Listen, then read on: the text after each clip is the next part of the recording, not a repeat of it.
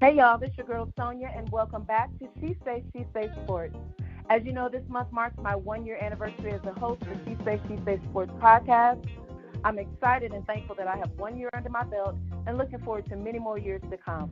This month, I will be talking with women who are at the top of their game in their respective fields. Today, I have with me Athletic Director at Dillard University, Dr. Kiki Baker-Barnes. Hello, Dr. Barnes. How are you? I'm doing great. I'm so excited to be here. Thank you so much. I'm excited you're here, too. Thank you for very short notice for coming on the show. Absolutely, absolutely. Could you please tell the listeners a little bit about yourself? So, a little bit about me. I am currently Athletic Director at Dillard University. I serve in a dual role as Commissioner of the Gulf Coast Athletic Conference. I'm actually now hosting a sports show on a local station here, WBOK 1230 AM. Married, 2 kids, and very happy. That is awesome. And that's what it's all about, especially after 2020. Yes. It's all about being happy. Amen. So, you know, Dr. Barnes, I read where you said your plan was to become an athletic director at 45, but his plan, God's plan, was to have you become an AD at 32. And my uncle used to tell me, if you want to make God laugh, tell him your plans. So apparently he was cracking up at your plan because you became an athletic director 13 years ahead of your schedule. Yeah. Would you share with us your journey to becoming the first woman AD in the state of Louisiana? Well, I wasn't the first, let me say that. I wasn't the first woman AD in the state of Louisiana, but I'll say that during the time that I have been athletic director, actually I've been the only woman. So that's kind of where I've been. But I'll tell you, before I got this opportunity, I had there was a pivotal moment that I had. I started out as a graduate assistant basketball coach at UL Lafayette. I was working on my master's degree. Really, I didn't know what I wanted to do when I graduated. I thought I was going to be on TV because I liked TV, and I thought I was going to have my own show like Oprah, all of this kind of stuff. Well, I got the opportunity to get my master's paid for, of course, and be a graduate assistant coach and fell in love with coaching. And so initially on this journey, you know, I was like, I could see myself doing this, you know, being full-time coach, and, you know, I'd be the one that I'd help influence young women, and I'd win championships, blah, blah, blah. Well, you know, I got my first head coaching job at Southern University at Shreveport. I had been in the profession by this time now for 3 years, 2 years at UL, then another year at Southern Baton Rouge. Got my first opportunity at Southern University at Shreveport, and about a couple of months into the job, my boss took another job. And the athletic director position was available. Now, here's the thing. There were only 4 sports, quote unquote, in the department. There was cheer, dance, women's basketball, and men's basketball. I was over 3 out of those 4. Wow. So I kind of felt like, hey, maybe I could be the athletic director since I'm over all the sports, right?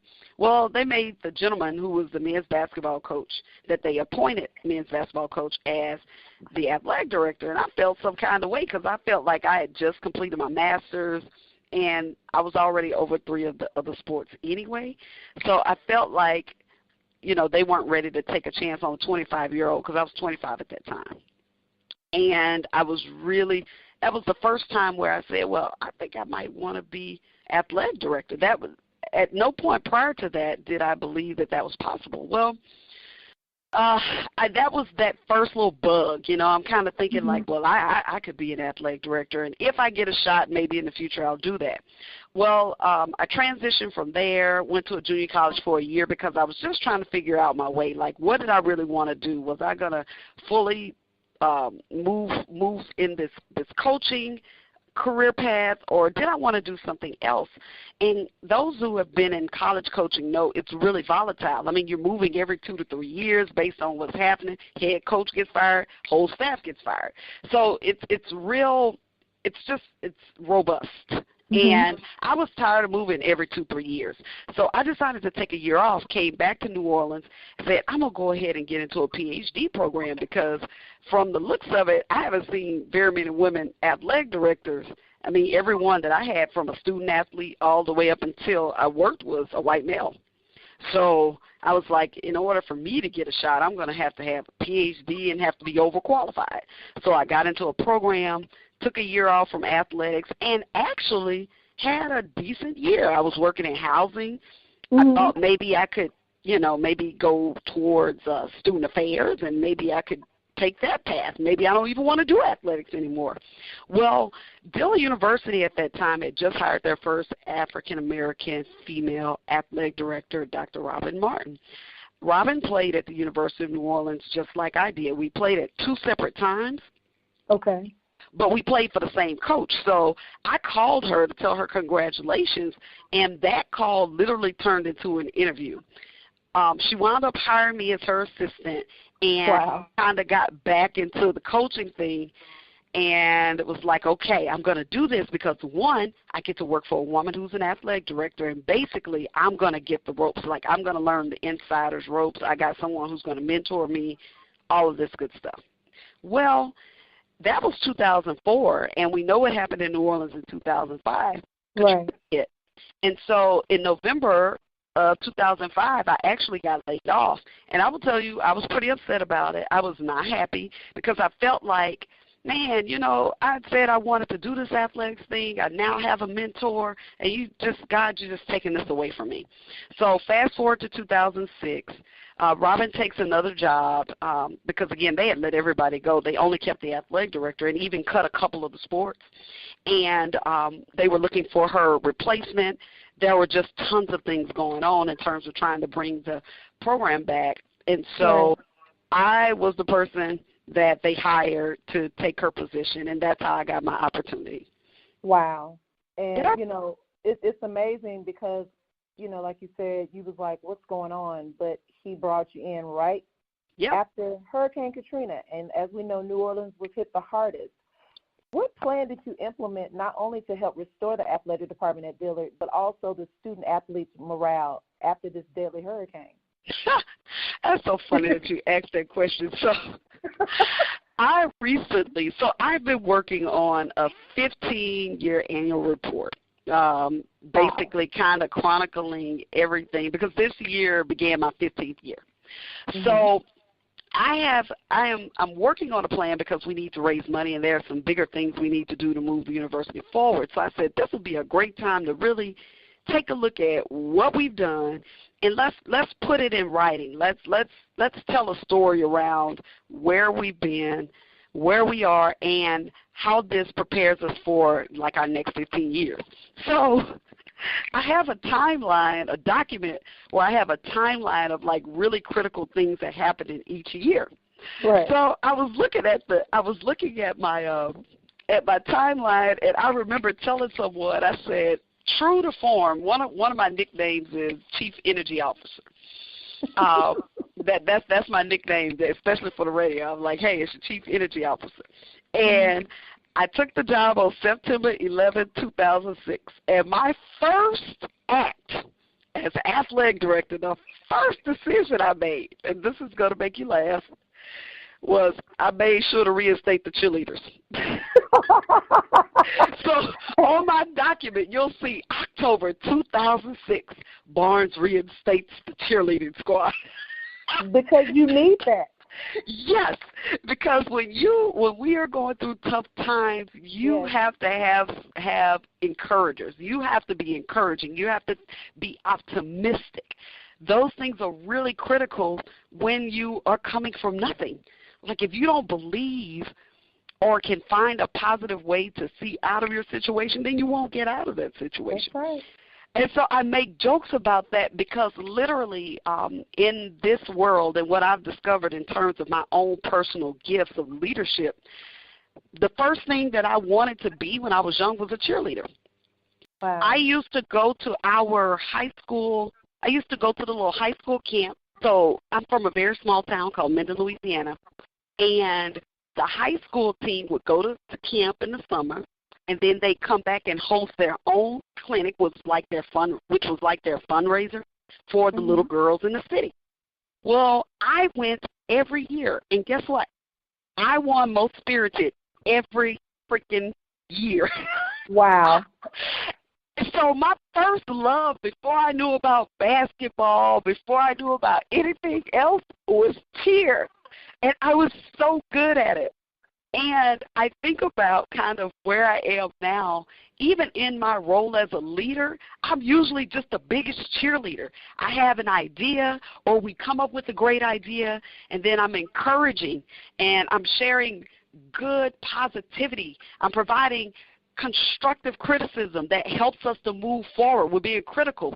But at the end of the day, it's the energy that I bring that helps breed success. And that thing is what I believe that God gave me. Like, it's not something that I really understood the power of until I sat down and started reflecting on, like, how in the world did we do all this? We had nothing.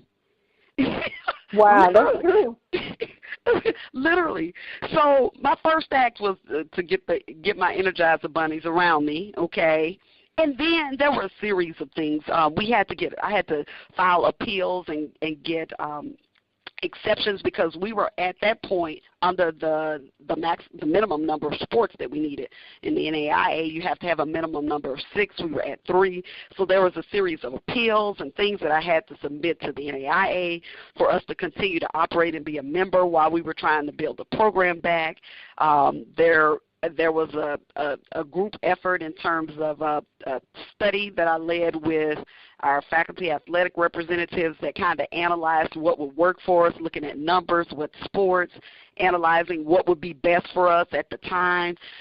So there were tons of things, but I can tell you that, we were able to put out a goal each year at the beginning of the year, and then we put all our resources toward that goal. If it wasn't aligned with the goal, we didn't do it. I may put it on the board as something we eventually get to, but when you're building, you have to start from the ground up, and you have to do one thing at a time. That's right. One piece at a time. So when I looked at my lovely little 15-year timeline, I can basically look at the building blocks.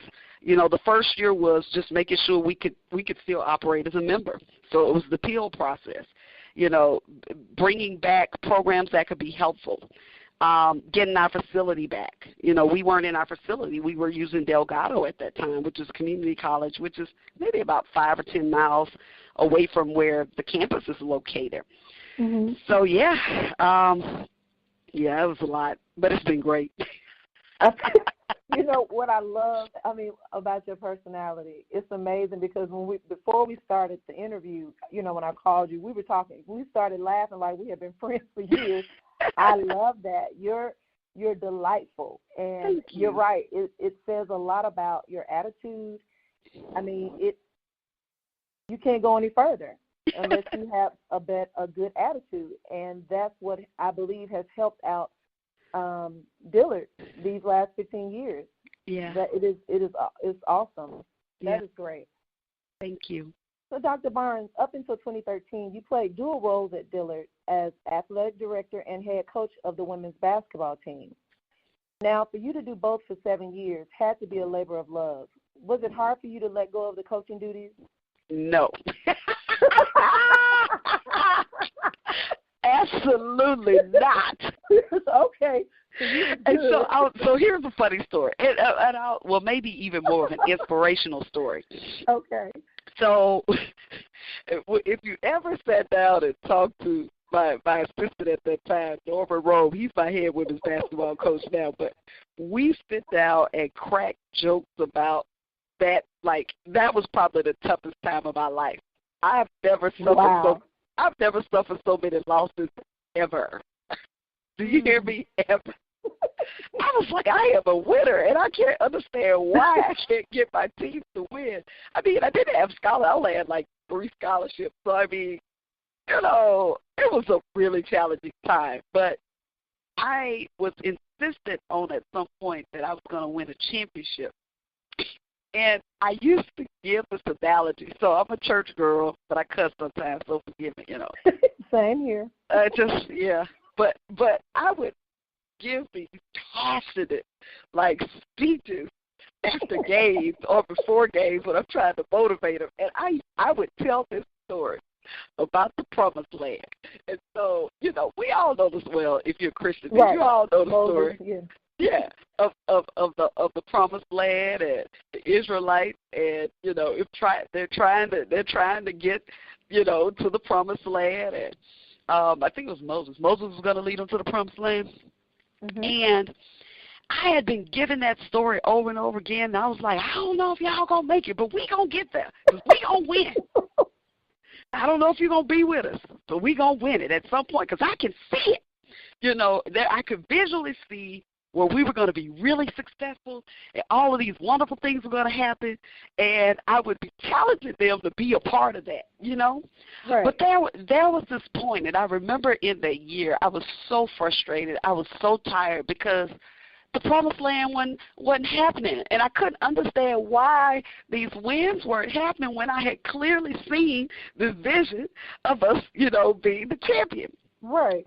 So I think it may have been after a game, and it was after a really bad loss. So I am really reassessing what I believe and what I think is possible.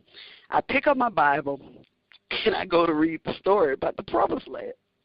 And so as I read the story, I said, I didn't really read this story all the way, because if you know the story, Moses never did make it. God let him look over into the promised land. Yes!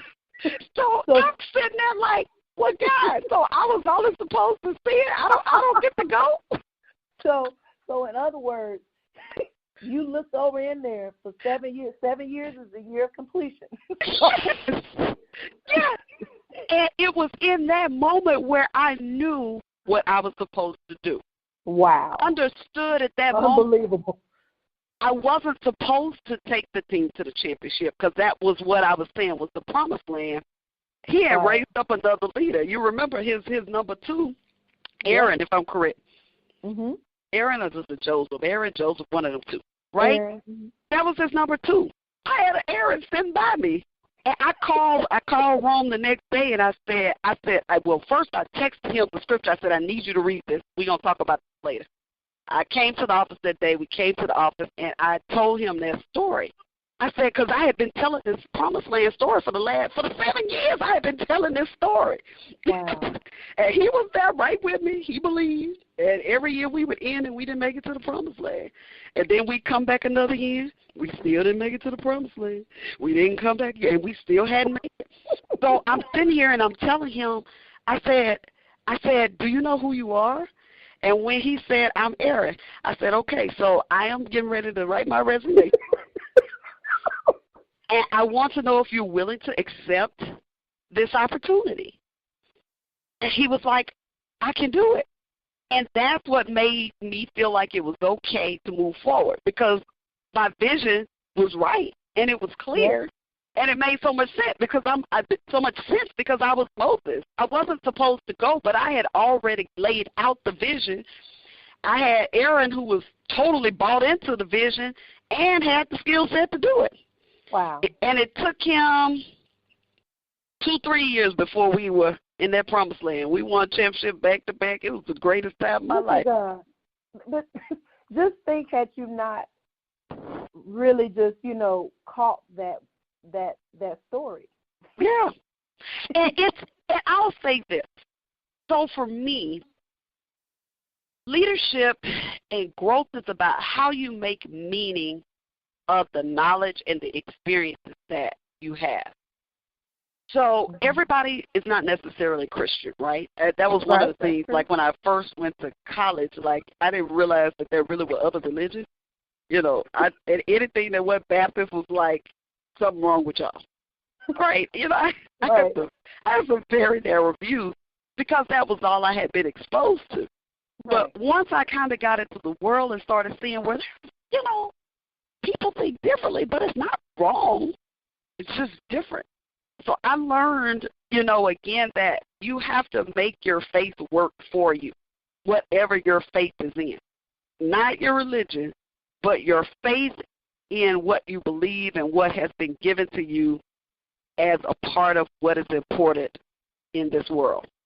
And so when I'm working with people, coaching young people, administrators, people that I mentor, the question is, with what you've been given, if you've been given a vision, you've been given an assignment, you have special talents and gifts, you have knowledge, you have people who've been around you who have shared either maybe the word or positivity or whatever it is, how do you make meaning of that to help you take the right step in your life? And so because the Bible and Christianity was a part of my development and education, it was how do I learn how to use the scriptures to help me make decisions when I don't know what to do.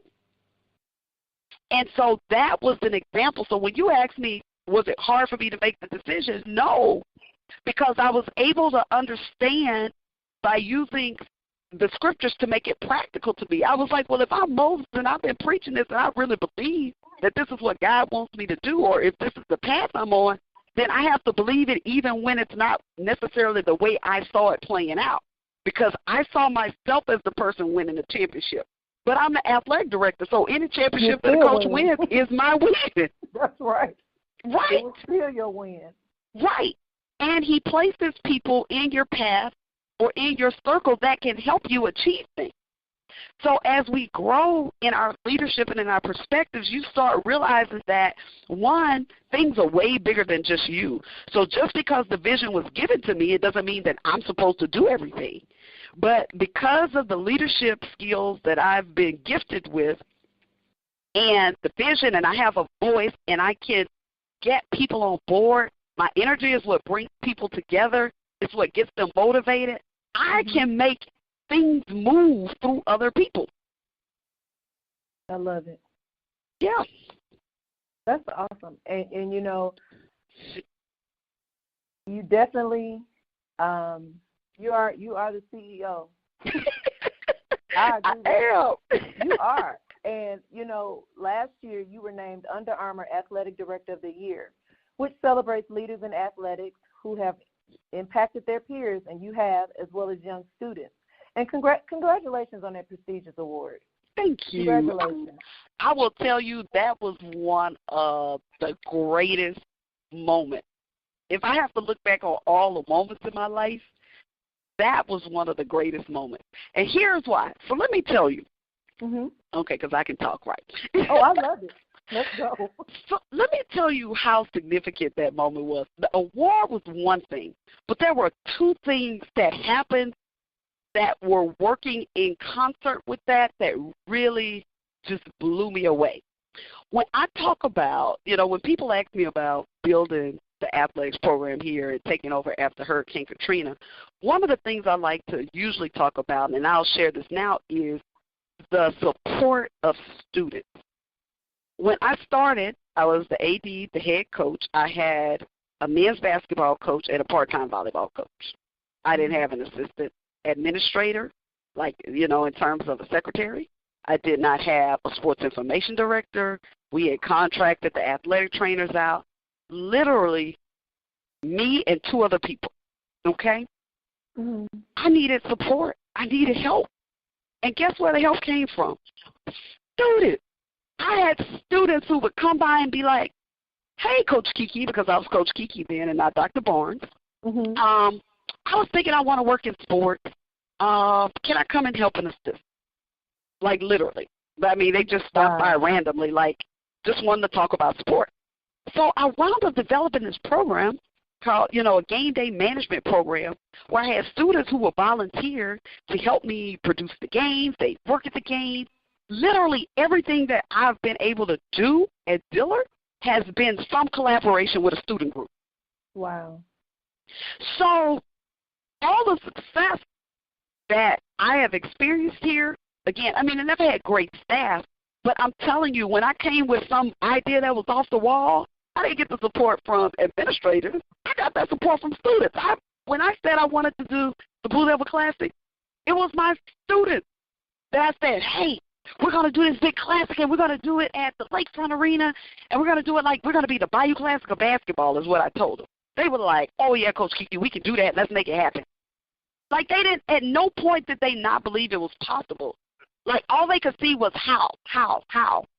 So, wow. so when I think about success, and it's why I really take it really serious that I have the opportunity to work at an institution, to be an educator, and that I owe it to students to share every resource, every thought, everything that I've learned in my life. I have to pass that along, and I do that by working alongside with them. So I have my little game day management student group, and I was able to talk about how wonderful it has been to share and to grow. They're the ones that taught me social media. They keep me hip. I share my knowledge professionally, and we both grow together. Well, about 2 years ago, I started this program, So You Want a Career in Athletics. It's to expose girls aged 13 to 18 to careers in sports. I was like, when I graduated, I wasn't even thinking about a career in sports. This all kind of just happened because God said so. So what I want to make sure is that we're more intentional. Now that I've walked this path, it's my job to make sure that they are able to avoid some of the things that may have been a little bit tougher for me. So I started this program. And of course, my young ladies who work with me, they're all part of it. They're like the big sisters. They help. We do the programming. I invited some of my colleagues in the business to come and speak. Okay, great opportunity. Well, there was a young lady over at Xavier University who was doing sports broadcasting. She got the ESPN Roden Fellow Fellowship. So, she's really sharp. And I reach out to her and I say, hey, I want you to come and be a presenter for my So You Want a Career in Athletics event that was 2019. February 2019, I said, you're doing great stuff. I really think it's important that young girls see young women, not because I'm kind of old even though I look young, but I can see where I'm starting to get away. So when they see somebody with a fresh face, they're currently in college, young people like that, right? I invite her over. So she comes over. She does a fantastic job along with the other presenters. And so we, of course, spark up a relationship. About a month or two later, I think the announcement comes out that I'm going to be Athletic Director of the Year. It's amazing, and it's really cool. We see each other at an event, and she comes to me and she says, Dr. Barnes, I'm going to be reaching out to you in maybe next week or so. I pitched the story to my boss that I want to do on you, so I need to do my interview. So I'm like, okay, cool. So she calls me the next week. We schedule a time. We do the interview. Now, it's another month or so, and she never drops the story, and I'm kind of like, I was like, I wonder when she's going to drop the story, but I don't think anything else about it. We move on. It's time. It's June, whatever the date was. It's the day of me getting the award, okay? Wow. That morning, ESPN undefeated article drops. Barnes blazing trail. This young lady literally pitched the story and knew how to pitch it in a way that it would coincide to release at the same day that I was going to receive my award. And so, social media was like crazy that day because people are like, just like, yes, just nothing but positivity. And I was like, but that was a student. A student did that. Yeah. And it kind of just reinforced to me like the investment in our students matters. I wasn't expecting to get a national story because a student pitched it.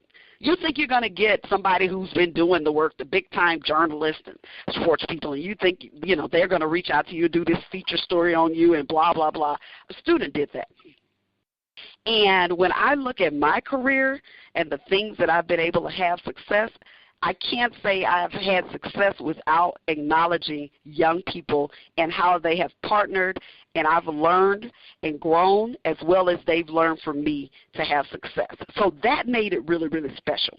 The second thing that made it really, really special was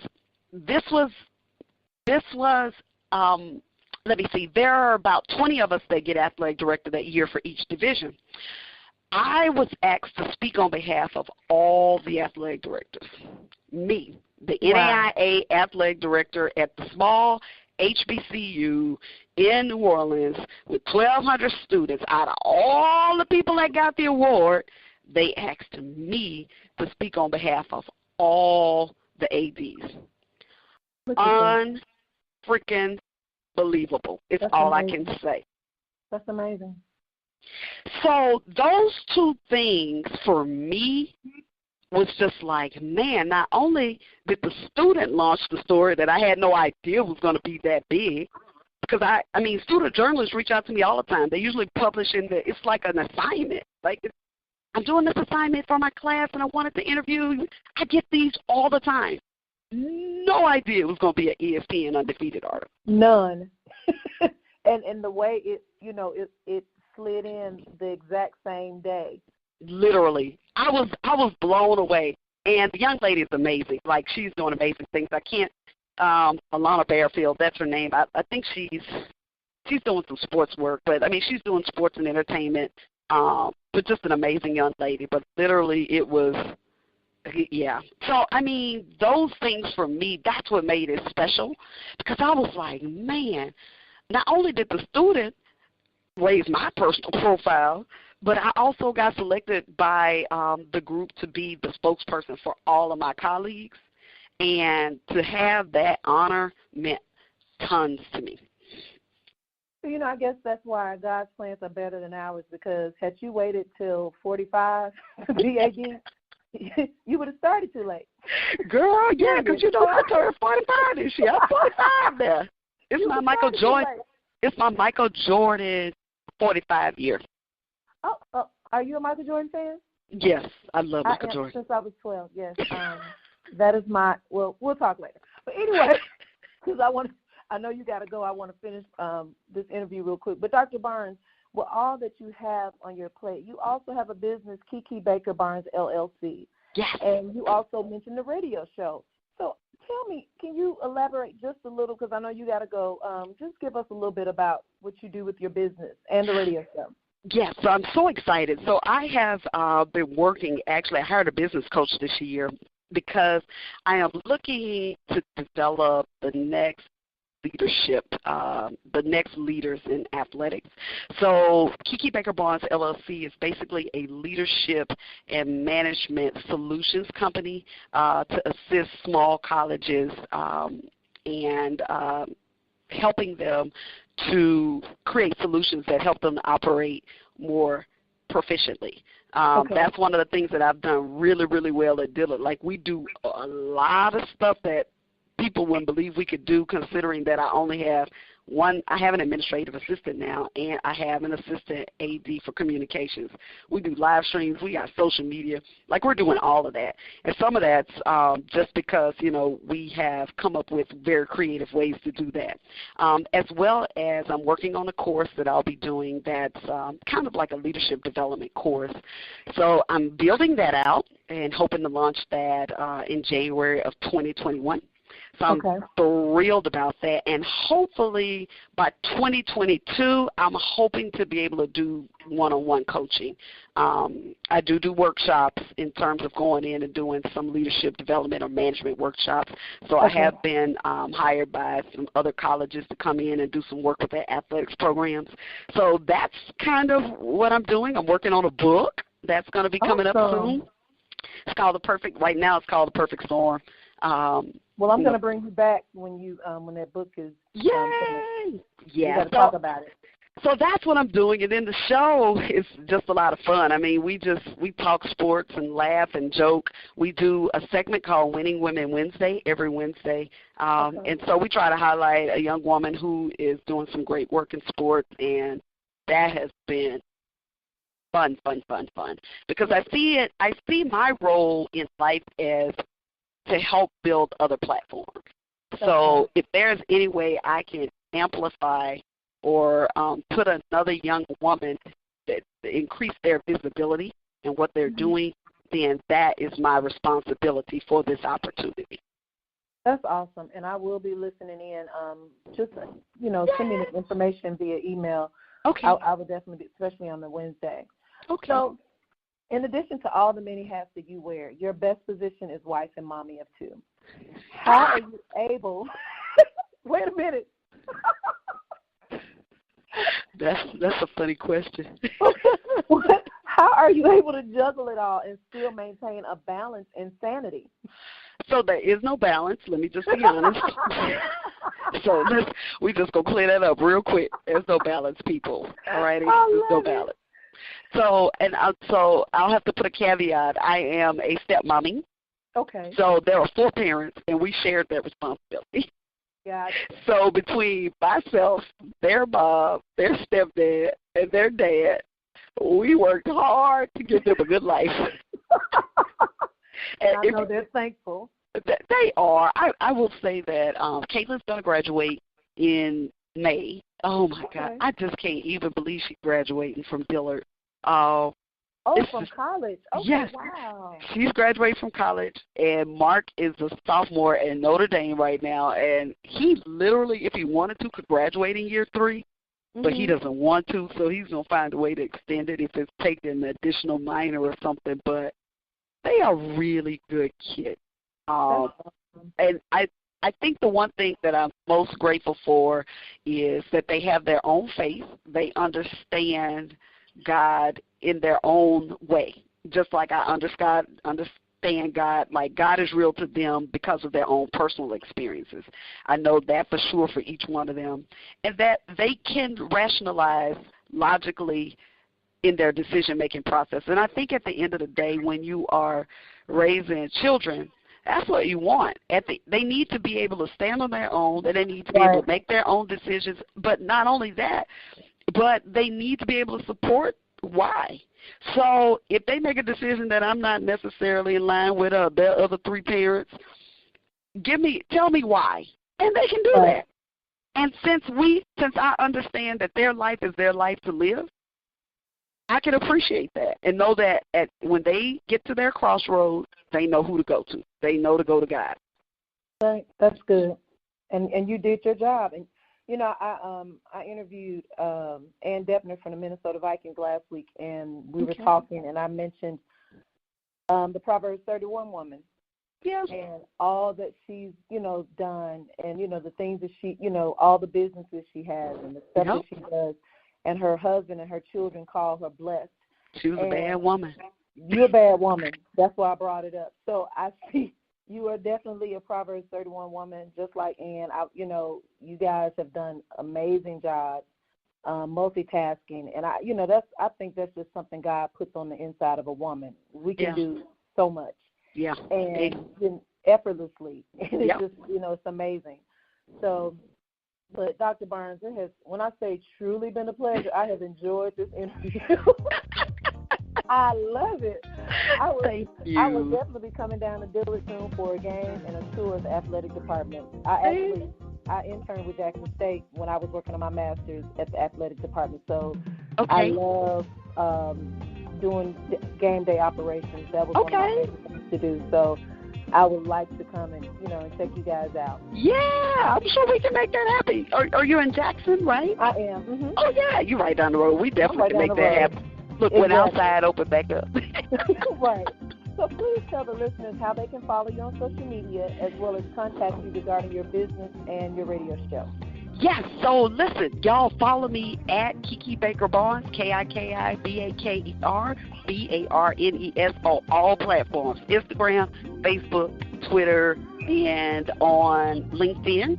And then my website is www.kikibakerbarnes.com. Our radio show, Big Time Sports Show, Monday through Friday from 6 to 8, WBOK1230.com. We do Facebook Live, too, so you can follow WBOK1230. Now, if you want to really enjoy it, you got to do Facebook Live because I could have. I'm dancing. I can imagine. Yeah, during the breaks, you got dance breaks, all kinds of stuff. It's fun. I love it. That is awesome. And guys, you can follow me at She Say Sports on Facebook, She Say Sports 23 on Instagram, and that's my show for today. Until next time, this is Sonia with She Say Sports, and I'll see you on the radio.